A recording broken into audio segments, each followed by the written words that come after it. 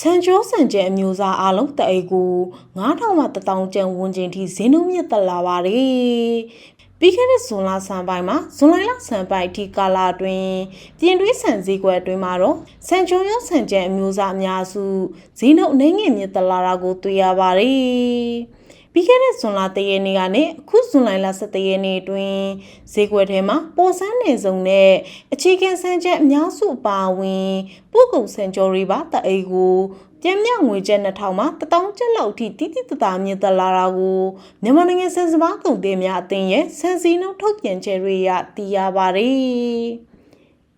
ပြင်တွင်းစားသုံးမှုများတဲ့ပိုစံအုပ်စုဝင်ဆန်မျိုးစားတွေကတော့တအိတ်ကို9000ကနေ8000ကျပ်ဝန်းကျင်ထိဈေးနှုန်းမြင့်တက်လာတာကိုတွေ့ရပါတယ်။ပြီးခဲ့တဲ့ဇွန်လ3ရက်နေ့ကဈေးကွက်ထဲမှာ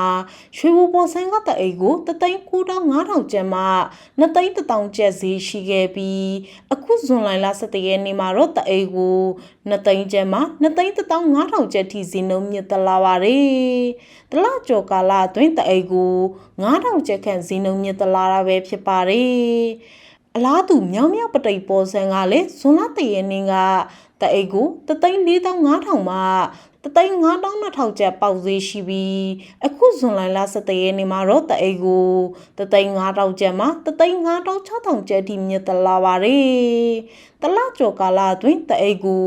9000ကျပ်ခန့်ဈေးနှုန်းမြင့်တက်လာတာပဲဖြစ်ပါတယ်။ပုံစံနေစုံစံမျိုးစားတွေကတော့ဇွန်လ3ရက်နေ့ကတအိတ်ကို3,2900ကျပ်မှ3,3800ကျပ်ထိပေါက်ဈေးရှိခဲ့ပြီး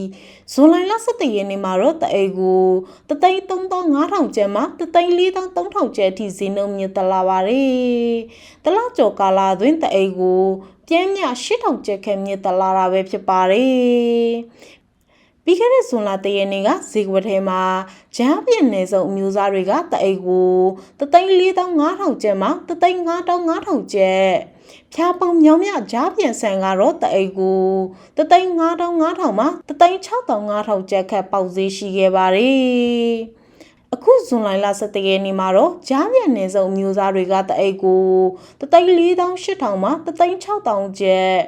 ဖြာပုံမြောင်မြဂျားပြန်ဆန်ကတော့တအိတ်ကို3,5800မှ3,6800ကျပ်ထိဈေးနှုန်းမြင့်တက်လာပါတယ်။တလကျော်ကာလအတွင်းတအိတ်ကိုပြဲမြ3000ကျပ်ခန့်ဈေးနှုန်းမြင့်တက်လာတာပဲဖြစ်ပါတယ်။အခြေခံလူတန်းစားတွေအားထားနေရတဲ့စံကျန်းအုပ်စုထဲမှာတော့ခွန်နီဆန်နဲ့ကျန်းရိပ်ဈေးနှုန်းတွေကနည်းငယ်လှုပ်ခတ်မှုရှိနေပါတယ်။ပြီးခဲ့တဲ့ဇွန်လ1ရက်ကခွန်နီဆန်တအိတ်ကို3,5000မှ3,2000ကျပ်ခန့်ပေါက်သေးရှိခဲ့ပြီးအခုဇူလိုင်လ17ရက်မှာတော့တအိတ်ကို3,1500မှ3,2500ကျပ်ထိမြင့်တက်လာပါတယ်။တလကျော်ကာလအတွင်းတအိတ်ကို9000မှ1000ကျပ်ခန့်ထိမြင့်တက်လာတာဖြစ်ပါတယ်။ရက်90ဆန်ဟောင်းကဇွန်လ1ရက်နေ့မှာတအိတ်ကို3,5000ကျပ်ရက်90ဆန်တစ်ကတအိတ်ကို8,200မှ8,900ကျပ်ပေါက်သေးရှိခဲ့ပါတယ်။ဇူလိုင်လ17ရက်နေ့မှာတော့ရက်90ဆန်ဟောင်းကတအိတ်ကို3,5000ကျပ်ရက်90ဆန်တစ်ကတအိတ်ကို8,500မှ9,300ကျပ်ပေါက်သေးရှိခဲ့ပါတယ်။တလကျော်ကာလအတွင်းတအိတ်ကို6,000ကျပ်ခန့်မြင့်တက်လာတာဖြစ်ပါတယ်။ဇီယာဆန်ကဇွန်လ1ရက်နေ့မှာတအိတ်ကို6,600မှ9,000ကျပ်အမထ15ခန်းလုံးအကျန်းကတအိတ်ကို6,600မှ9,000ကျပ်အသီးသီးပေါက်ဈေးရှိခဲ့ပါတယ်။ခုဇူလိုင်လ17ရက်နေ့မှာတော့ဇီယာကတအိတ်ကို6,800ကျပ်မှ9,200ကျပ်အမထ15ခန်းလုံးအကျန်းဆန်ကတအိတ်ကို9,000မှ9,500ကျပ်ထိမြင့်တက်လာခဲ့ပါတယ်။တလကျော်ကာလအတွင်းတအိတ်ကို9,000ကျပ်ခန့်မြင့်တက်လာတာဖြစ်ပါတယ်။ငစိန်ဆန်ကတော့ဇွန်လ1ရက်နေ့ကတအိတ်ကို6,300မှ6,500ကျပ်ပေါက်ဈေးရှိခဲ့ပါတယ်။အခုဇူလိုင်လ17ရက်နေ့မှာတော့တအိတ်ကို6,500မှ6,900ကျပ်ထိဈေးမြင့်တက်လာတာကိုတွေ့ရပါတယ်။တလကျော်ကာလအတွင်းတအိတ်ကို4,000ကျပ်ခန့်မြင့်တက်လာတာဖြစ်ပါတယ်။ပုဂ္ဂိုလ်ရဲ့အုပ်စုမှာတော့ဆန်ချော်ရဲကအခုတစ်ပတ်အတွင်းအမြင့်ဆုံးဈေးထိတိတိတတခုတ်သက်သွားတာကိုတွေ့ရပါတယ်။ပြီးခဲ့တဲ့ဇွန်လ3ရက်နေ့ကချောရဲကတအိတ်ကို9,200မှ9,800ကျပ်ကျန်ရဲကတော့တအိတ်ကို9,200မှ9,400ကျပ်အတီးတီးပေါက်ဈေးရှိခဲ့ပါတယ်။ဇွန်လ17ရက်နေ့မှာတော့ချောရဲကတအိတ်ကို9,500မှ6,500ကျပ်ကျန်ရဲကတော့တအိတ်ကို9,200မှ9,400ကျပ်အတီးတီးပေါက်ဈေးရှိခဲ့ပါတယ်။တလကျော်ကာလအတွင်းချောရဲကတအိတ်ကို9,000ကျပ်ခန့်မြင့်တက်လာတာပဲဖြစ်ပါတယ်။ဆန်စည်းနှုန်းတွေကပြီးခဲ့တဲ့ဇွန်လလယ်ကစလို့စက်တိုက်မြင့်တက်လာတာပဲဖြစ်ပါတယ်။အခုလိုဆန်စည်းနှုန်းမြင့်တက်လာရတာကစိုက်ပျိုးရာဒီအစ